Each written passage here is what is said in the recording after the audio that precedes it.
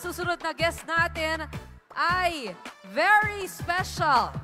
VIP or should I say, very important Pinoy. Inspirasyon po siya sa ating lahat dahil sa natatangin niyang pagganap sa telebisyon, dahil sa kanyang husay at talento. Inspirasyon din siya dahil sa kanyang dedikasyon towards entrepreneurship. Sabi nga nila, save the best for last.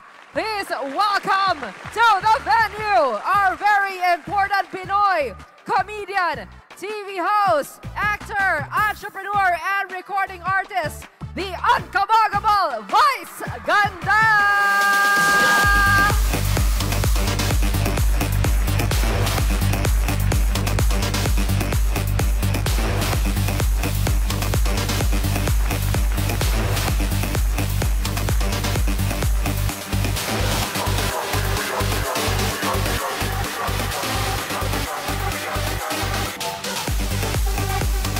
What's up, madam people?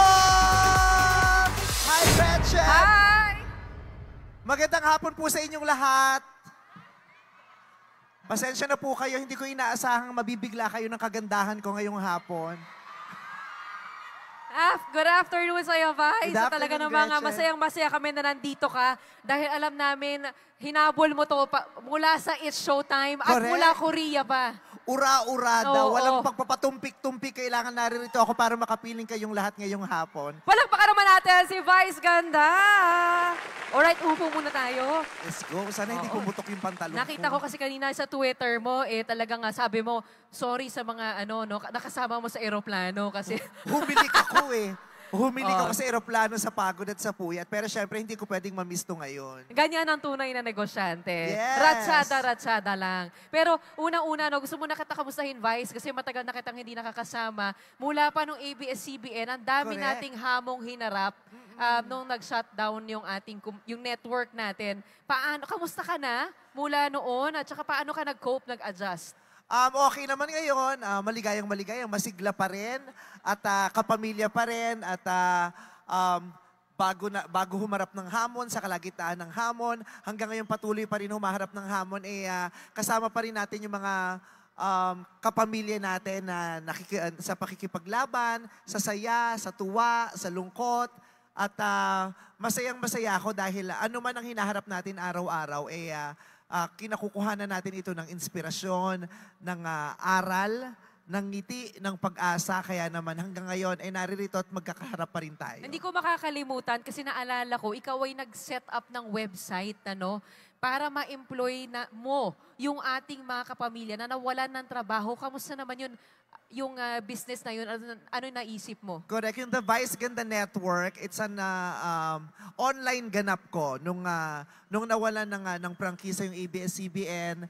Tapos nung nagkaroon ng pandemya, syempre unahin na natin nung nawalan ng prangkisa, marami tayong mga kapamilyang nawalan ng trabaho. At syempre, masakit sa kalooban natin na lalong-lalo na yung mga pinakamalalapit sa atin ay nawalan trabaho yung mga kasama natin sa programa mismo, araw-araw kapiling natin, tapos nawalan sila ng trabaho. Hindi natin sila makakasama sa trabaho at hindi na makakapiling. At naging mahirap yung hamon kasi nga nagkaroon ng pandemya. Imagine yung ganong klase ng panahon, tapos nawalan ka ng hanap buhay, yun yung pagkakataon na hindi man madali pero kinakailangan nating magtulong-tulungan, lalong-lalo na kung meron kang kakayahan kahit papaano. Kaya sa muting paraan ko, ginawa ko yung The Vice Ganda Network para kahit pa sa online man lang o sa digital world, Sila ay nagpo-produce para sa iyo. makapag-produce ng mga Oo. programa, ng mga ganap online. Pati yung vlog, di ba? Correct. Oo. Tapos sila yung makakasama ko para kahit papaano may racket o may kita sila. Gaano habang kalaki na yung wala production team mo? Lumaki naman siya kasi naging management company siya. Naging Okay. production team siya. Sila na rin yung kasama kong bumubuo ng mga events, ganyan. So, tapos eventually, na-employ naman sila ulit ng ABS, pero hindi pa rin nila binitawan yung nasimula namin sa The Vice Ganda Network. Okay, pero talagang pinagmamalaki mong negosyo. Ito yung Vice Cosmetics. Yes. Oo, paano nagsimula yung pag-venture mo into skincare and makeup? Yung Vice Cosmetics kasi, nagsimula yan kasi, syempre, simula't simula pa lamang, mahilig ako sa cosmetics. bilang ako'y isang lalaki. Bilang isang lalaki. Hindi, bilang isang bakla, mahilig talaga ako sa cosmetics. At since araw-araw ginagamit ko siya sa eskwelahan pa lang, nagko-cosmetics na ako, nagme-makeup na ako, hanggang sa trabaho ko ay naging bahagi, malaking bahagi siya ng Ano trabaho yung ko. number one na you can't live without? Nung nag-aaral ako, kilay talaga. Okay. Kilay is life. Pangkilay, tapos lipstick, yung gano'n, parang na-realize ko parang hindi buhay ang pagmumukha ko o ang pagmumukha ng marami kung kulang sa liwanag o sa tingkad ng mga labi. Kumbaga bilang isang komedyante na gusto ko masaya ang paligid at maraming masaya sa mga ginagawa ko, malaking bagay yung magandang labi o yung lipstick sa kasiyahan ng mukha. Imagine nung pag walang lipstick yung mukha mo, kahit buo yung makeup mo, di ba ang lungkot? So bahagi na yun na kagustuhan kong maging maaliwalas o maging masaya yung mukha ng lahat, yung lipstick. Doon siya nagsimula. Pangalawang dahilan kung bakit gusto ko ng lipstick dahil isa yun sa mga hindi ko makakalimutang ganap sa buhay ko nung bata pa ako. Yung nanay ko, ako'y naggaling sa hindi naman nakakaluwag-luwag na pamilya. Isang payak na pamilya ang pinanggalingan ko. Payak na pamilyang Pilipino. So yung nanay ko, kahit wala kaming pera, lagi siyang may lipstick sa bag. Yung lipstick niya na yon, kahit pud-pud na, hindi niya pa rin tapos hulugan. Diba sa Avon pa nga yun, kukuha siya sa Avon, huhulugan niya. At yung mga nanay natin, diba, kasama yun sa pag-cope nila sa araw-araw nilang hamon. Tsaka yung dignidad mo. Correct. Oo. Kahit labandera, Diba? planchadora, nagtitinda Basta ng... maganda ako. Correct. Basta may lipstick, nakapagbibigay iyon ng kumpiyansa sa sarili, yung lipstick. Kaya sabi ko, ay gusto ko, gagawa ako ng isang ng isang negosyo na may kinalaman doon sa una sa pangangailangan ko at pangalawa sa kagustuhan ko maging masaya, maaliwalas ang mukha ng madlang people. Kaya lipstick ang pinuhunan. Pero ang negosyo ay hindi madali. Bakit mo pinasok yung pagnenegosyo sa kabila ng mga pinagkakitaan mo pang ibang bagay, katulad ng yun nga, yung mga shows natin, yung mga movies, yung pagnenegosyo, bakit yun ang gusto mong Kasi yung show pasukin? business naman, masarap siya, lalong-lalo kung pumipik ka, di ba? Pero hindi naman natin alam kung hanggang saan ito. Di ba? Hindi natin alam kung hanggang saan. Kaya mas gusto ko na rin yung kung sakasakali mang tumamlay, meron akong ibang pinagkakakitaan. At bukod doon, nakapagbibigay tayo ng trabaho sa napakaraming Pilipino. So, Gaano kalaki na ngayon ang Vice Cosmetics? malaki kasi sa buong Pilipinas may Vice Cosmetics na sa napakaraming malls, department stores sa buong Pilipinas may Vice Cosmetics na. Nagsimula ako, online lang din. Online selling. Parang katulad nung kay Kylie Jenner dati. Nag-launch ako online. Tapos sobra siyang naging successful nung launch namin online. Kaya nagkaroon na kami ng mga physical stores, ng mga pop-up stores. Ayun. So, yung trabahong naibigay namin sa maraming tao, yung magandang produktong naibigay namin sa maraming tao, naging source of smiles and joy din siya ng mga Pilipino. So, pasok pa rin siya sa branding ko ng kaligayahan. Noong pandemya, hindi ba kayo nahirapan? Kasi, kumbaga, hindi siya essential pagka may pandemic, di ba? Lalo pat naka-face mask. Oo. How did you keep the business alive? Naging napakahirap yung pagkakataon na yun sa negosyo nung pandemya. Yun nga, hindi siya essential. Naka-face mask ang mga tao. Hindi nila kinakailangang mag-effort sa labi dahil natatakpan naman ang kalahati ng kanilang mukha. So napakaraming paraan to keep afloat. Kasi napakaswerte namin kasi yung target namin for 4 years ng Vice Cosmetics, nakuha namin in 6 months nung nag-launch kami. Kaya napakaswerte din namin na nung dumating yung pandemya, yung kikitain namin sa mga susunod na taon, buti na lang kinita namin. So yun ang napaikot namin. Ang dami naming mga inisip na paraan kung paano hindi matatapos yung negosyo namin at magpapatuloy yung negosyo namin. Ang dami naming paraan, gumawa kami halos nagbenta na rin kami gumawa kami ng mga, yung parang resellers, na ganyan din kami. Nagbebenta kami sa murang halaga ng mga produkto namin sa mga resellers para pag ibinenta nila. Nag-work ba yun? Nag-work din naman siya. Nag-work din naman siya. Pero napakahirap. Napakahirap. Buti Ano, na, ikaw ba yung nag-iisip nitong lahat? O meron kang, ano rin, mga consultants? meron akong team. Magaling Oo. yung team ko, pero malaki rin ng bahagi ko dun sa pag-formulate namin ng mga produkto. Pati yung mga pangalan na nilalagay namin sa mga produkto namin. So, brainchild ko siya.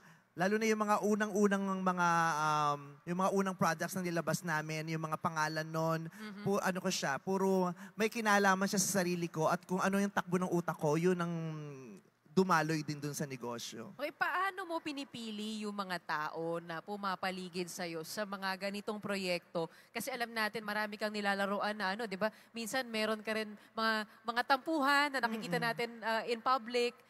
How do you know? Kasi alam ko, mukha naman na ikaw ay mapagbigay na tao. Kung kaya mong tulungan, tutulungan mo. Paano malalaman, ito pwede kong pagkatiwalaan. Ito, teka lang kailangan ko maglagay na linya. Ano yung learnings mo doon? Una-una sa negosyo, mahalaga na makatagpo ka ng mga tao na magiging lakas sa mga kahinaan mo. Kasi hindi naman tayo perpekto. Mukhang pwedeng magaling yung utak mo sa mga ideya, malikot ang utak ko sa mga ideya, pero merong taong mas magaling sa akin pagdating sa mga usaping pananalapi. Diba? Kahit gaano kakagaling ang utak mo, minsan... Ano ang kahinaan mo, Vice? Hindi kasi ako magaling sa math. Okay. Hindi ako magaling sa math. So, kailangan ko ng taong magpapaikot at mag-handle ng finances ng kumpanya namin. Yung taong mahusay talaga sa pananalapi at mapagkakatiwalaan ko. Ano ang role niya? Inspirasyon. Ay! Malaking bagay ang inspirasyon kasi kahit gaano ka kahusay, kung walang apoy na umaalab sa puso mo para gumalaw, para magtrabaho, para makakamit ng magahalagang bagay o magkaroon ng mga milestones sa buhay mo, hindi sapat yung passion eh. Kailangan meron ka ring inspiration. Kaya mahalagang bagay yung malusog at masaya ang inyong puso sa lahat ng ginagawa Siya ba ay natin. pinapahawak mo rin ng pera? Ay hindi, iba yung pera niya, iba yung pera Off-limits ko. yun? Oo. Nag-aaway Pero yung din pera kayo? niya, may kinalaman ako kasi manager niya. So, alam ko yung pera niya talaga. Alam ko yung pera Ano niya. yung rules mo doon sa sarili mo? Pagdating sa pag-handle ng sarili mong pera? Ay, your money, Oo. your rules. Ganun Ay, kami. oo. Kasi syempre, pinagkakakitaan niya yung pera niya. Nasa sa kanya yun kung paano niya gagastusin. Ako rin ang nagpapakahirap sa pera ko. Nasa sa akin rin kung paano ko gagastusin. Pero since mahalaga kami sa isa't isa, tinutulungan at ginaguide namin yung isa't isa. Kung syempre, meron tayong sa personal na buhay, meron tayong mga, yung pabigla-biglang mga desisyon na wag na yan, hindi mo kailangan yan. Kailangan may gumaganon sa atin eh, paminsan-minsan. Kasi minsan, pagwawaldas, yung ganon. Tama. Oo, naging problema rin natin yan eh. Lalo na kunyari nagne-negosyo ka, tapos kumikita ka na ng pera. Minsan, ang sarap-sarap gumastos, lalong-lalo na kung alam na pinagkakitaan mo yung pera mo. Kung alam mong pinaghihirapan mo yung pera mo. Pero hindi porket ikaw ang naghihirap dyan, ikaw ang nagpagod dyan, ganun-ganun na lang rin natin kung paano natin gagastosin ang pera natin. Kailangan isipin natin kung paano yung matalinong pamamaraan ng paggamit ng pera kasi hindi araw-araw Pasko. Hindi araw-araw swerte ka. Hindi araw-araw ay malakas ang iyong binibenta o hindi naman araw-araw matumal din. Napaghahandaan mo ba yung mga araw na, kumari in the future, kasi lahat naman tayo nasa media tayo, kahit pa paano may hangganan eh. Napaghahandaan mo ba? Naiisip mo ba yung naglalaro sa utak mo yun? Kailangang paghandaan. Kailangang paghandaan. Lalong-lalo na kung nabigyan ka ng pagkakataon o oportunidad na napakalaki, nakakatakot pag inisip mo kung kailan yung araw ng pagbawi nito. Kaya kailangan paghandaan mo dahil wala kang kasiguruhan ng buhay. Parang ang pandemya, bigla siyang dumating. Maraming kapamilya natin ang dinatna ng pandemya nang hindi handa na darating pala ito. Actually, nung dumating ang pandemya, wala namang nakapaghanda. Kahit yung pinakamaraming pera na tao, nasaktan. Anong gagawin mo kung sakasakali? Kung? Yung anong magiging buhay ni Vice Ganda? Kung sakasakali. Kung sakasakaling wala ka na sa TV o kumbaga parang ano yung next life? Next evolve Vice Ganda? Kung sakasakaling mawawala na po ako sa telebisyon, ngayon pa lamang. Ay din. Siyempre hindi natin hahayaan yun. Ayaw nyo. Hindi, Ayaw.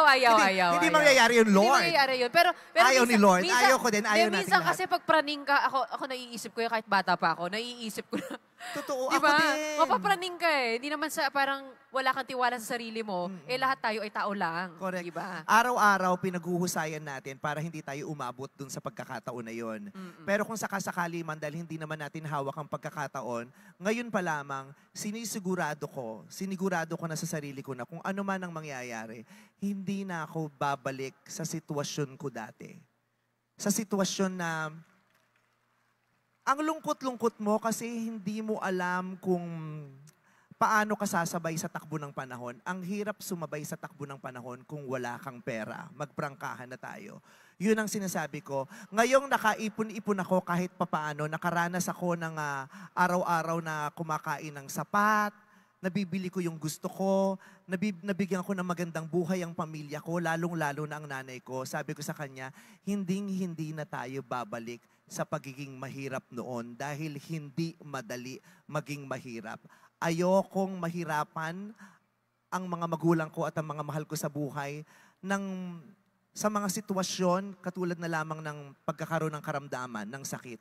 Ang hirap kaya ng pagkakataong yung simpleng sakit ng ulo, ni wala kang pambili ng gamot. Diba? Katulad na lamang sa estudyante. Nanggaling ako sa posisyon na yung pag merong babayaran sa eskwelahan, takot na takot ako at hiyang-hiya ako dahil pag nagkasingilan, naningil na yung teacher, wala akong ipambabayad at mapapahiya ako sa mga kaklase ko. Nanggaling ako sa ganon. Ayokong ayokong mabalik sa sitwasyon na kasama ko yung mga kaibigan ko, kakain kami, sabay-sabay kaming kakain, pero hindi ko malaman kung paano ako magbibisi-bisihan kasi wala akong pambili ng pagkain. Ayokong bumalik sa sitwasyon na pupunta ako sa birthday ng kaibigan o may okasyon sa pamilya namin pero nahihiya ako dahil wala akong maisuot na maayos. Ayoko na nun. Kaya ngayong nagtatrabaho ako, sinisigurado ko na hindi ako babalik sa posisyon na yon kung sakasakaling bawiin sa akin ito. Dahil walang masama sa pagiging mahirap.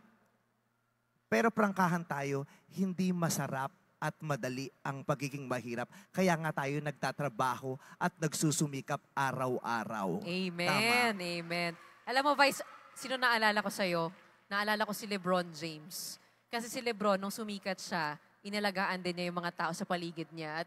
At siniguro din niya na magtatagumpay sila kasama niya. So I see that with you also. Helping, kasi marami akong nakakatrabaho mo na sinasabi sa akin na tinutulungan mo sila. Kaya, Naramdaman ko kasi yun ng personal. Oo. Ang hirap-hirap. Ang hirap-hirap yung sapat nga lang yung pera mo eh. Yung may baon ka araw-araw sa eskwelahan, pero sapat lang. Ang hirap. Kasi paano kung mawalan ng piso, mawalan ka ng 10 piso, di kulang na yung sapat. Lalo pa kung kulang na kulang talaga.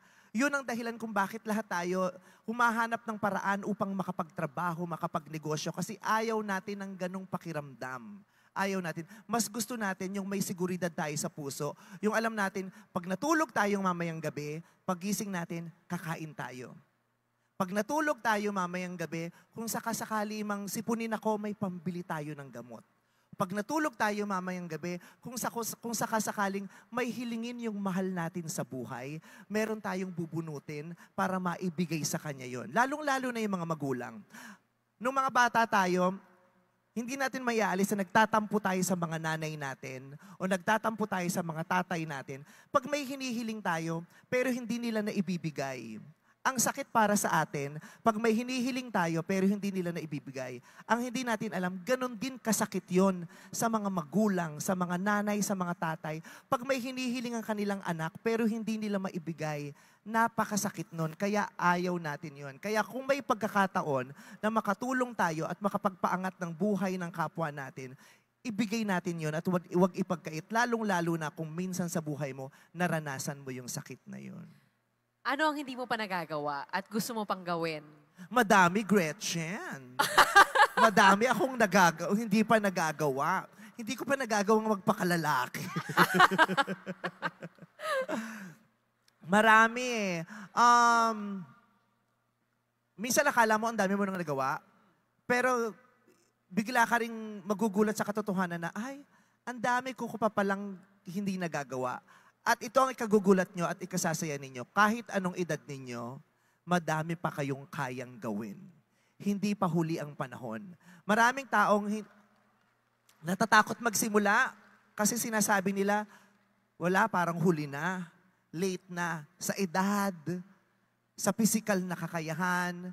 Magugulat kayo dahil kahit anong edad, meron at meron kayong magagawa. Kaya nga minsan pag nasa ibang bansa ako, kunyari kahit sa mga restaurants, magugulat kami mga servers na matatanda. Sabihin mo, tignan mo to, may edad na siya. Pero kinuha niya pa rin yung oportunidad na makapagtrabaho. Server, nagbubuhat, naglilinis ng lamesa, kaya niya pa rin. Kaya kung dito lang rin sa Pilipinas, kung magkakaroon ng karagdagang oportunidad, hindi lang para sa mga bata, kundi para sa mga matatanda, lahat magkakaroon ng trabaho. Ang sarap-sarap mabuhay, lalong-lalo na kung may seguridad tayong may pagkukunan tayo ng pera sa bulsa dahil meron tayong hanap buhay.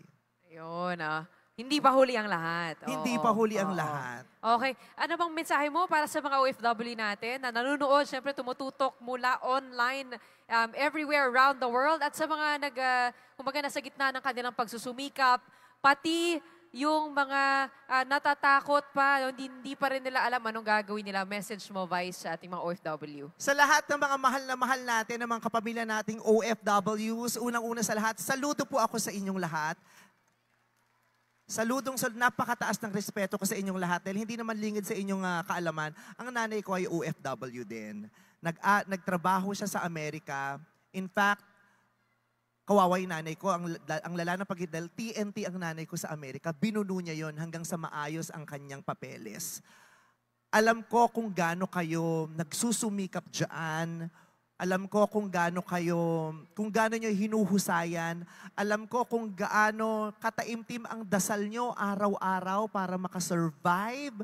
Alam ko kung gaano kalaki yung lunok nyo araw-araw upang kumita, makaipon at makapagpadala ng pera sa Pilipinas, sa mga mahal nyo sa buhay.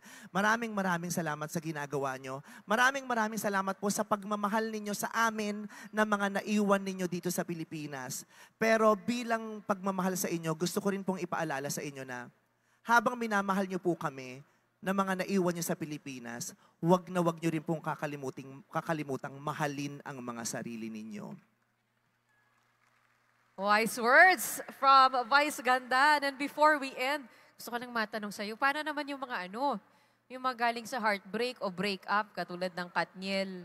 Paano kami magtataguyod ulit, tatayo?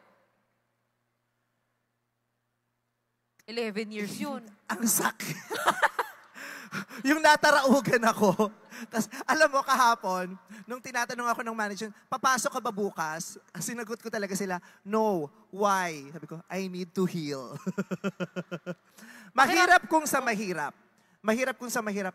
Walang sapat na payo, kasi iba-iba naman tayo ng dinaramdam, iba-iba rin tayo ng pamamaraan ng pagdaramdam, at iba-iba rin tayo ng pamamaraan ng pagtayo mula sa pagkakalugmok. Pero isa lang ang masisiguro ko, lahat naman tayo, anuman ang pinagdadaanan, ay makakabangong muli kung yayakapin lang natin ang pagkakataon na muling bumangon. Huwag natin talikuran yung pag-asa, huwag nating talikuran yung pangako ng kinabukasan na ang lahat ay maiaayos. Lahat. Ang lahat ay masasaayos. Ang lahat ay gaganda. Dahil ano man ang nangyayari, tandaan nyo, mahirap man ang sitwasyon, hindi man natin alam ang mangyayari bukas, hindi tayo pababayaan ng Diyos. Amen. May mga pagkakataon na wala na hindi na natin hawak kung ano mangyayari. Itaas na natin sa Kanya. Hindi ko pa rin makalimutan yung guesting ko dyan sa GGV mo I-search nyo na lang po yan sa YouTube. Nakabangon naman. Hindi mo nakabangon, di ba? Nakabangon. Hindi mo alam kung paano, pero bukas makalawa magugulat ka na lang, nakabangon ka ng muli. Madami na tayong pinagdaanan sa nakaraan.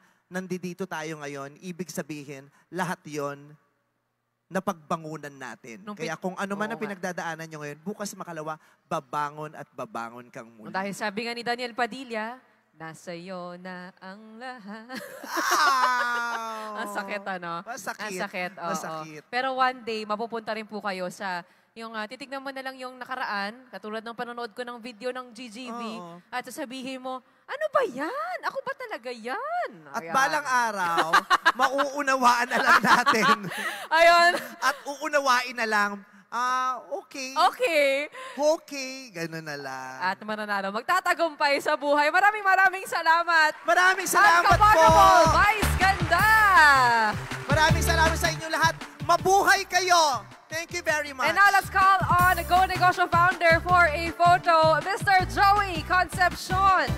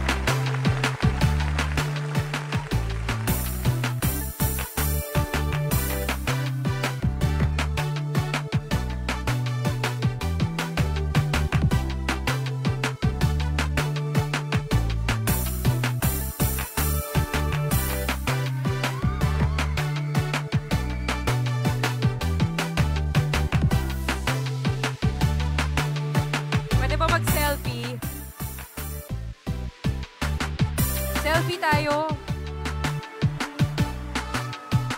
Vice. Pwede ba tayo mag-selfie kasama na lahat?